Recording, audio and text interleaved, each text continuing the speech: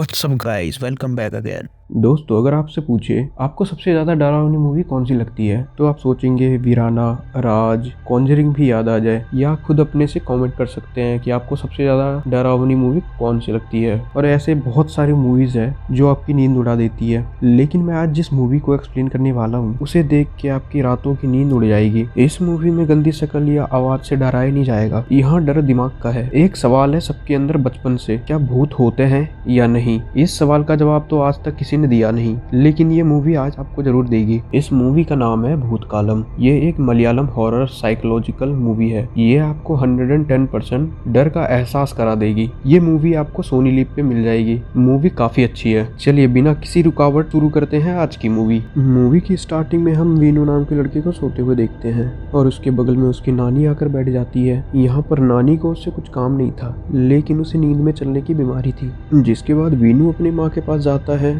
और वीनू की माँ का नाम आशा होता है। जहाँ वीनू आके अपनी माँ को बताता है कि नानी फिर से आके उसके पास बैठ गई और दोनों मिलकर उन्हें सुला देते हैं। और जाते हुए वीनू को आशा नानी की डायपर बदलने में उसकी मदद करने को कहती है, क्योंकि उनकी कंडीशन ऐसी नहीं थी कि वो काम अकेले वो खुद कर पाएंगी। जिसके बाद वीनू उसकी मदद करता है, लेकिन वो ये सब काम करना उसे बिल्कुल पसंद नहीं था, क्योंकि बहुत समय से उसकी नानी बीमार थी और उनको उनका ख्याल रखना पड़ रहा था, जबकि वो ऐसा बिल्कुल नहीं करना चाहता था। वीनू अपनी माँ से कहता है कि वो एक होम नर्स रख ले ताकि वो उसकी हमेशा मदद कर सके, लेकिन उनके पास उनके गुजारे तक के पैसे नहीं थे।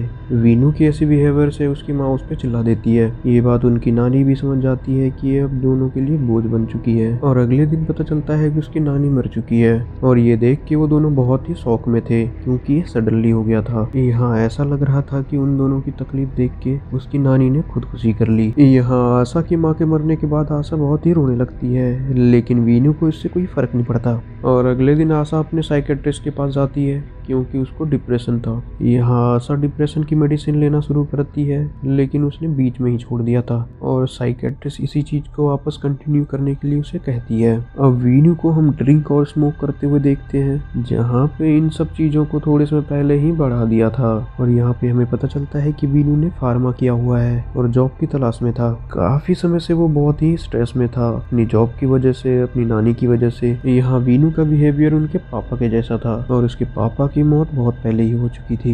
अब आशा अपने देवर मधु से मिलने जाता है। वीनू को अब तक जॉब मिली कि नहीं, जिसपे आशा कहती है ऑफर तो बहुत आए थे, लेकिन वो दूसरे शहर में थे, यहाँ से काफी दूर, इसीलिए उसने जाने से मना कर दिया। यहाँ पे आशा का अपना खुद का स्वार्थ होता है, क्योंकि उसका बेटा उससे दूर न जाए। और साथ में ही हमें पता चलता है कि वीनू और उसकी माँ के रिश्ते अच्छे नहीं चल रहे थे। अब रात में जब वीनू अपनी नानी का व्हील चेयर उनके रूम में रखने जाता है, तो उनकी नानी की गिलास अचानक से गिर जाती है, जहाँ आशा को लगता है कि उसने ये गिराया है, जिसके लिए उस पे चिल्लाती है। लेकिन वीनू यहाँ पे काफी कंफ्यूज्ड हो जाता है, क्योंकि ये चीज अपने आप हुई थी, उसने ये नहीं किया था। अब हमें पता चलता है कि आशा एक असल में एक स्कूल टीचर है, जहाँ पे उसका काम भी अच्छे से नहीं चल रहा था, जहाँ पे प्रिंसिपल ने उसे एक लंबी छुट्टी लेने का ऑफर किया था, क्योंकि आशा बच्चों का ध्यान नहीं रख पाती थी। इस चीज से आशा काफी रोने लगती है, क्योंकि उसको आइडिया हो गया था कि इस जॉब से उसको निकाल दिया जाएगा अगर ऐसा ही चलता रहा तो। अब रात को वीनू अपनी नानी के कमरे के पास में जा रहा होता है, जहाँ से उसे कुछ आवाजें आ रही थी। वीनू को अपने नानी की स्पिरिट दिखाई देती है, और तभी वीनू की आंखें खुल जाती है और हमें पता चलता है कि ये सिर्फ एक ड्रीम है। और अगली सुबह वीनू अपनी गर्लफ्रेंड प्रिया से मिलने जाता है, जहाँ पे प्रिया उससे नाराज होती है, उसका कॉल उसने अटेंड क्यों नहीं करा, लेकिन वीनू उसे मना लेता है। और उसके बाद वीनू अपने दोस्त शाम से मिलने जाता है, जहाँ वीनू को पता चलता है कि श्याम उसका दोस्त अब जॉब चेंज करने वाला है। इस चीज से वीनू काफी खुश था, क्योंकि श्याम के कहने पे उसकी जॉब उसे मिल सकती थी, और जॉब इसी शहर के पास में भी थी। अब वीनू एक दिन जॉब इंटरव्यू के लिए जाता है, जहाँ पे वीनू कहता है कि उसे ये जॉब इसलिए चाहिए क्योंकि वो इस शहर में काम करना चाहता है, जहाँ पे एचआर कहता है कि उन्होंने उसके बारे में उससे डिस्कस भी नहीं करा अभी तक, अगर उसे जॉब मिलेगी भी तो उसे दूसरे शहर में मिलेगी। अब इंटरव्यू एंड करते हुए एचआर उस पर गुस्सा करता है और उससे कहता है कि तुम्हें इंटरव्यू में आने की तमीज नहीं है, तुमने सेव भी नहीं करी, फॉर्मल कपड़े भी नहीं पहने, और एचआर से कैसे बातें करनी चाहिए तुम्हें ये सब नहीं पता,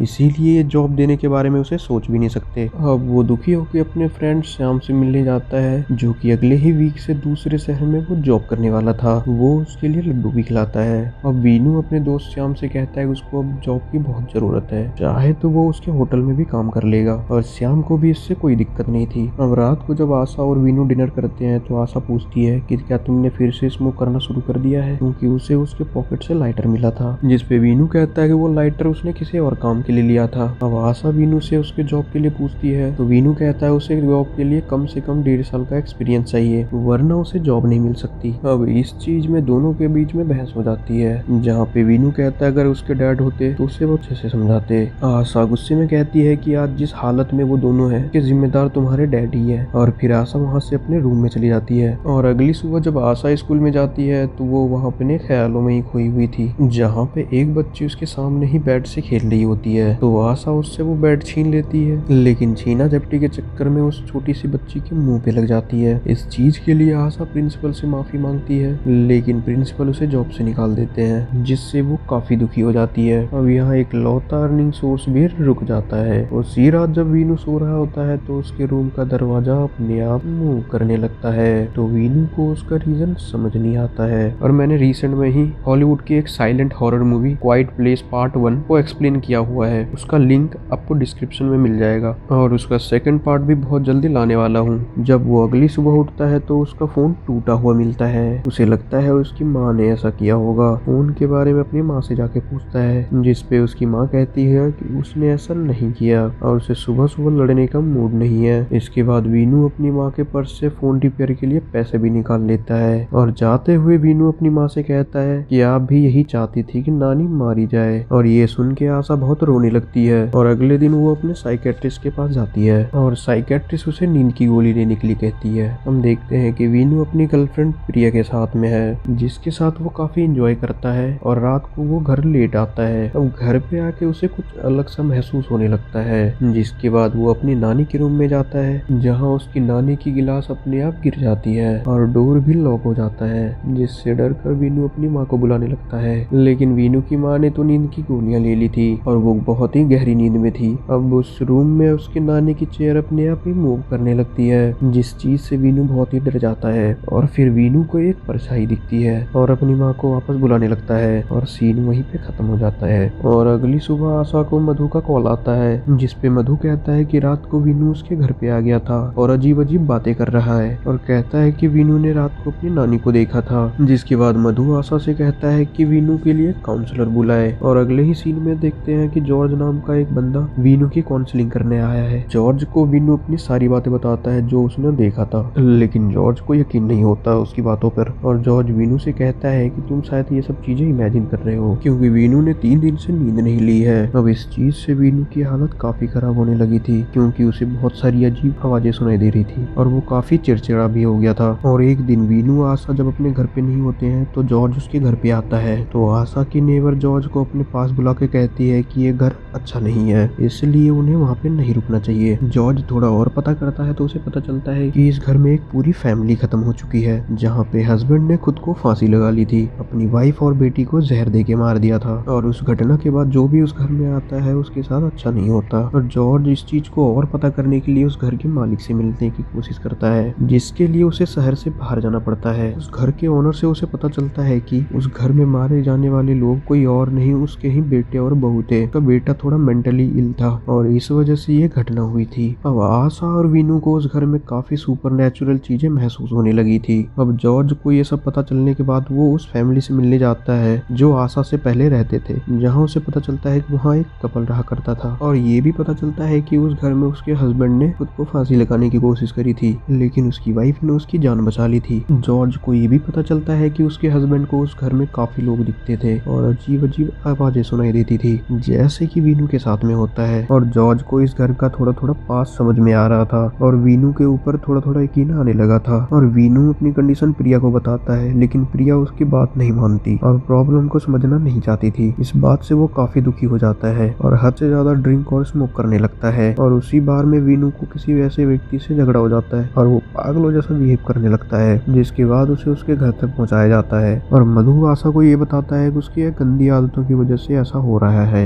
और जॉर्ज का कॉल आने के बाद भी मधु वीनू का केस स्टडी करने को मना करता है, क्योंकि उसके हिसाब से वीनू एक बिगड़ा हुआ लड़का है जो कि अल्कोहल स्मोकिंग में फंस गया था। अब उस रात आशा इन सब सारी चीजों से परेशान होकर तंग आ चुकी थी। वो एक बहुत ही बड़ा कदम उठाने लगती है। उस रात डोसा बनाते हुए के अंदर जहर मिला देती है। के बाद वो दोनों उस घर में मारे जाए और चीजें यहीं पे खत्म हो जाए, यानी जैसा पहले हुआ था इस घर में वैसा ही यहाँ कुछ होने वाला था। वीनू अपनी माँ से कहता है उसे खाने का मन नहीं है, लेकिन उसकी माँ उसे फोर्सफुली खाने के लिए कहती है। और वीनू यहाँ पे वो कहता है अपनी माँ से कि ये सब चीजों से क्या होगा, जब उसकी माँ उस पर भरोसा ही नहीं करती। वीनू कहता है उसे सबसे ज्यादा उसे अपनी माँ से ही प्यार है और वो झूठ भी नहीं बोल रहा। और इन सारी बातें सुन के आशा रोने लगती है और उन्हें रियलाइज होता है कि वो कितना गलत काम करने वाली थी, जिसके बाद वो जहर वाले डोसा को फेंक देती है। खैर यहाँ पे वीनू ने कुछ खाया भी नहीं था तो वो पानी पीने लगता है, लेकिन उसका गिलास अपने आप ही मूव करने लगता है, जिस चीज से वो डर के अपनी माँ को बुलाता है। और तभी उस घर में काफी एक साथ सुपरनैचुरल चीजें होने लगती है, जिसके बाद घर के अंदर लाइट चली जाती है, जहाँ वो दोनों अब घर से बाहर निकलने की कोशिश करते हैं, लेकिन मेन डोर की की उसके किचन में ही रह गई थी। और डरते हुए वीनू कीज को लेने जाता है, जिसके बाद उन दोनों को उस घर में ओनर की पूरी फैमिली दिखने लगती है और ये देख के वो दोनों डर से चुप हो जाते हैं। ये सीन इतना डरावना है कि मैं इसे वर्ड में एक्सप्रेस नहीं कर सकता। इस मूवी को देखने के बाद ही आपको पता लग सकता है। अब आशा वीनू से की लेकर अपने मेन डोर को खोलने लगती है और दोनों बाहर निकल जाते हैं। अब यहाँ पे एक शॉकिंग और बढ़िया सीन आने वाला है। अब यहाँ पे जाते हुए वीनू को उस दरवाजे पे उसकी नानी की स्पिरिट की हाथ दिखाई देती, जो दरवाजे के वो अंदर से पकड़ के थी, यानी कि अब तक वही उनको बचा रही थी। और शायद से वो समझ गई थी कि यहाँ पे स्पिरिट्स है, इसी वजह से शायद उन्होंने अपनी जान ले ली ताकि उन दोनों को बचा सके।